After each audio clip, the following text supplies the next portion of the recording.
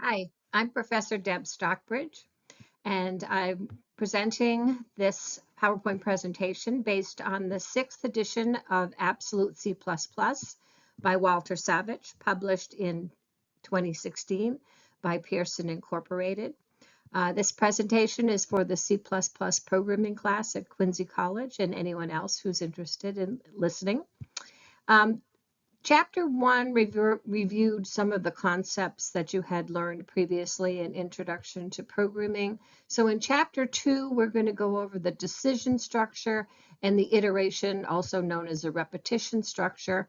And we're going to talk about Boolean expressions and how they are evaluated. Relational and logical operators can be used in a conditional statement for either the decision structure or the repetition structure. This slide shows the common relational operators. Notice that and I put in single quotes, the equal sign, or what we know as the assignment operator, is to the right of the greater than or the less than symbol. When using the greater than symbol, the wider part of the symbol is nearest the larger value. The smallest part of that greater than symbol is nearest the smaller value. When using the logical operator AND, the conditions on both sides of the AND need to be true in order for the whole statement to be true. If either of the conditions is false, then the whole AND situation is false. That's very different for OR.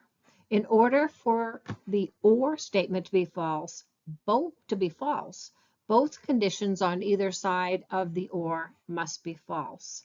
If either condition on either side of the OR statement is true, then the whole thing is true. These are some of the examples of using and also using OR, these two logical operators. In a conditional statement, 0 is always considered to be false, and any positive value is considered true.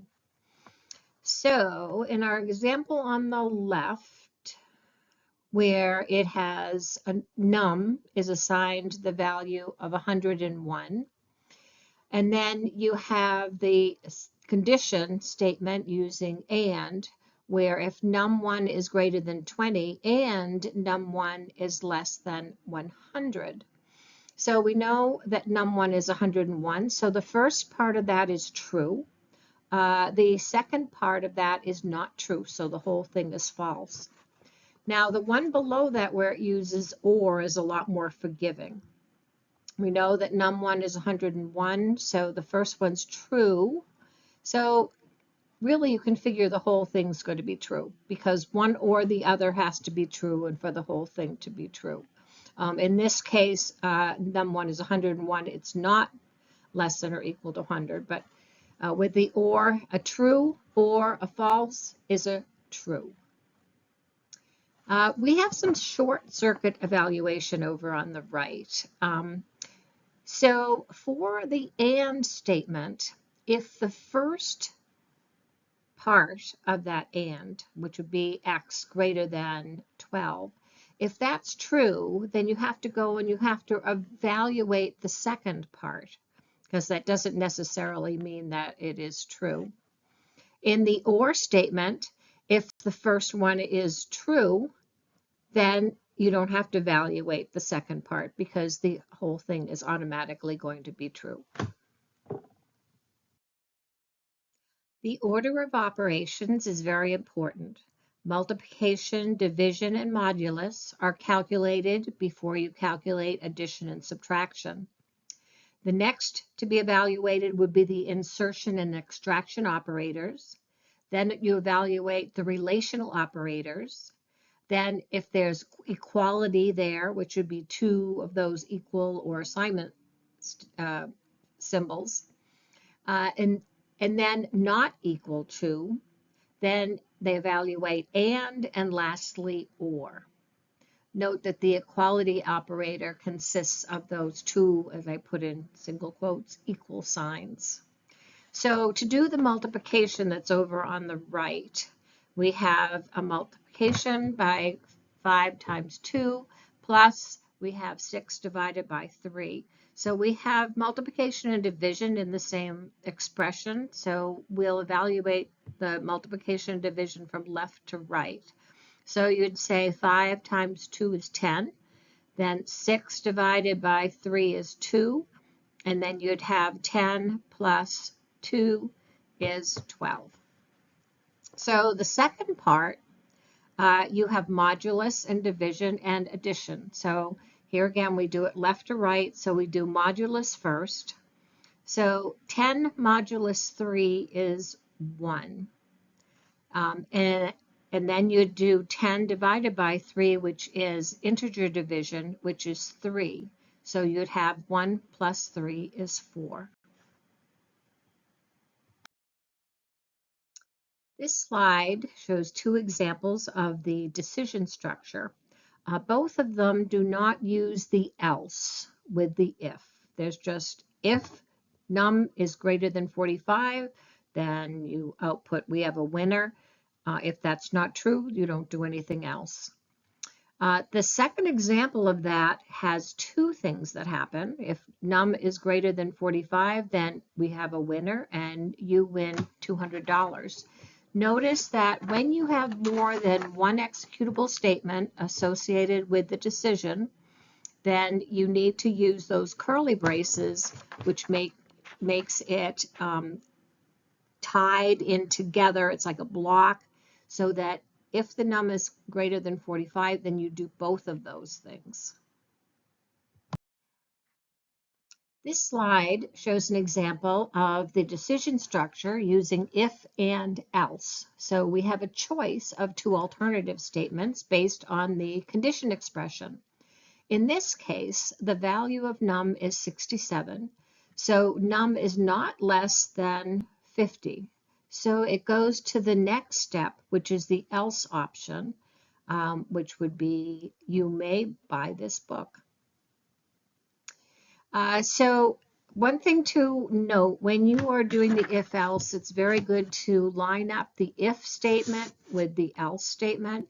And here again, where we have two executable statements that are associated with the condition if num is less than 50, you need to have those curly braces around it. Whereas the else, it just has one statement that's associated with it. So it's not necessary to do the curly braces. On the left, we have some code, and this is a nested if statement. It uses else as well. So if the sales is greater than 100, if that's true, it goes on to if the prices is greater than 200. If that's true, then the bonus is 1,000.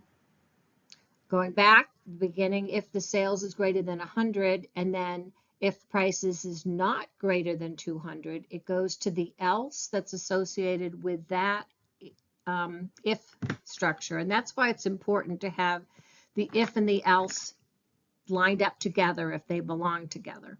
So if the sales is greater than 100, prices is not greater than 200, then the bonus is 500. The other part of it is if you're at the beginning, if the sales is not greater than 100, it goes down to the else that's associated with that. It says, sorry, you did not get a bonus this year. So for the fun of it, try some of the 3 sets of data that's over to the right and see what you get for it. So it's possible to have quite a few if and if-else statements. As you can see on the left, this is a multi-way if-else. So if time is the same thing as 12, it outputs lunchtime. If that's not true, it goes to the else if time is 11. If that's true, it says 1 hour until lunch. If that's not true, it goes on to if time is 10. You have to wait 2 more hours. Anything else would have that final else, which you should have eaten more for breakfast. A better way to do this and more succinct way is the switch structure. So in this case, we're going to have a variable called time, and we're going to enter time as an integer, and we ask the user to enter the time, and that's assigned to time. Then we use time in our switch structure. So you use the word switch, and then you have time in parentheses. So what happens now is it tries to match whatever time they put in with the different cases. So if it was 12 o'clock, the case 12, time was 12, it outputs lunchtime. And then it's very important to have a break. If you didn't have a break, it would automatically slide into, say, 1 hour until lunch. And if you didn't have a break there, then it would also say you have to wait 2 more hours. And if you didn't have a break there, it would say you should have eaten more for breakfast. So those are the very important parts of the switch structure. Another thing to note is that after the switch with the time, you have a curly brace and then an ending curly brace. And it's also important to have a default case because if someone doesn't answer the right information, you need to give them feedback on why they entered it incorrectly. This slide shows problems that can occur with the switch statement. Don't omit the break statement. You will not get a compiler warning. It will just print through all the rest of the other cases. Don't omit the beginning and ending curly braces for the switch statement. Those are very important. Don't use something other than an integer or a character for the case. You can have the case be a letter, that's fine, or a whole number, an integer. And don't forget to include a default case. The conditional operator is also known as a ternary operator because it has the 3 main parts. The first part, this would be the ternary operator if we were to do it as an if-else statement. So if the distance is greater than 34, the trip is assigned to 3, else the trip is assigned to 2. So with the conditional operator, here we have the assignment statement. It's going to calculate this first and then assign it to trip. So here's your condition. Is distance greater than 34? So, and then you have a question mark. If this is true, if the distance is greater than 34, then 3 is assigned to trip. And then there's a colon, which kind of means else. 2 is assigned to trip.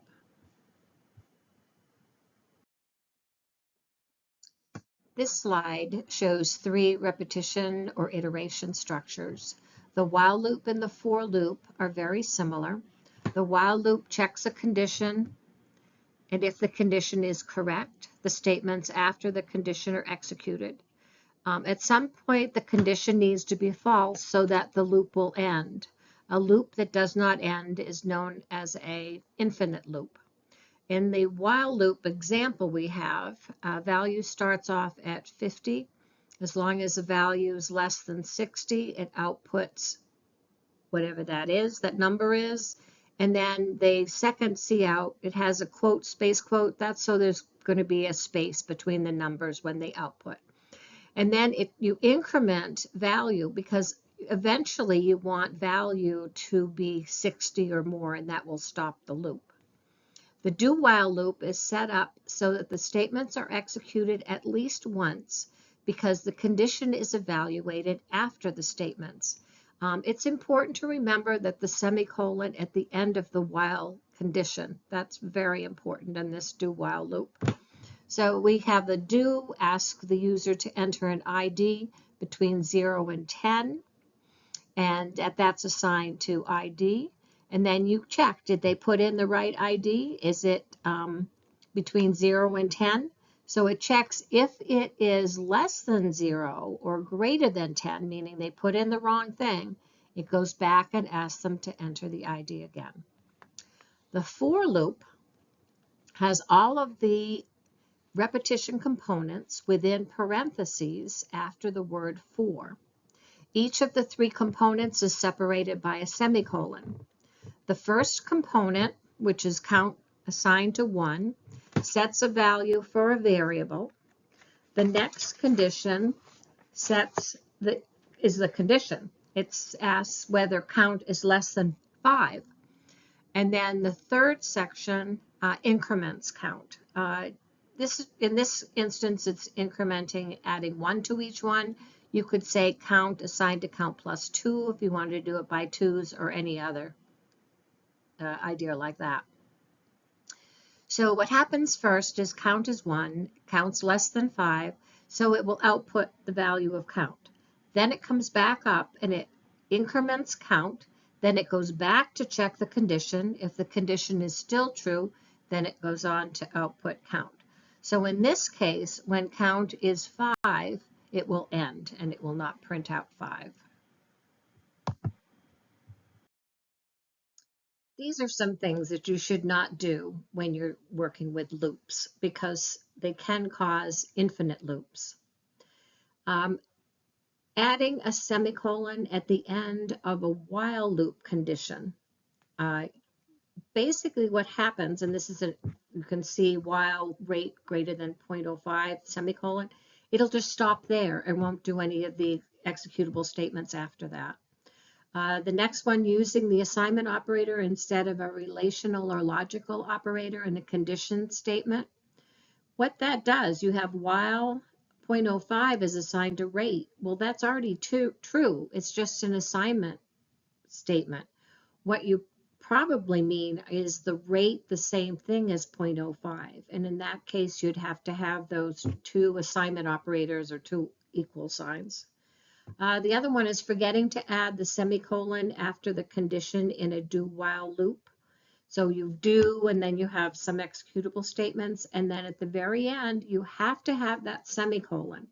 So it should say while, in parentheses, rate greater than 0.05, end of parentheses, semicolon. So far, we have just used cin to read a value supplied by the user, and then save it into a variable. This slide shows that we can use cin to read from a file as well. Fstream is derived from the IOStream class. When you're reading from files, you use #include fstream. You also need to declare a variable which will be used to connect your program to the file which you want to read. In this case, it is input stream, and the data type is ifstream, which is from the fstream class. The next thing to do is open the file. After the file is open, the first item in the file is stored in VAR, and at the end, the file is closed. This is our final slide for Chapter 2, and I show you a complete example of reading from a file.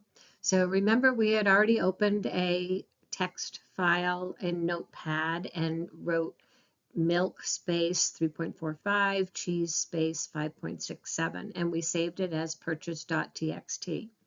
So on the right-hand side, we have our example. We have #include IOStream, #include fstream. Remember fstream when you're reading from files.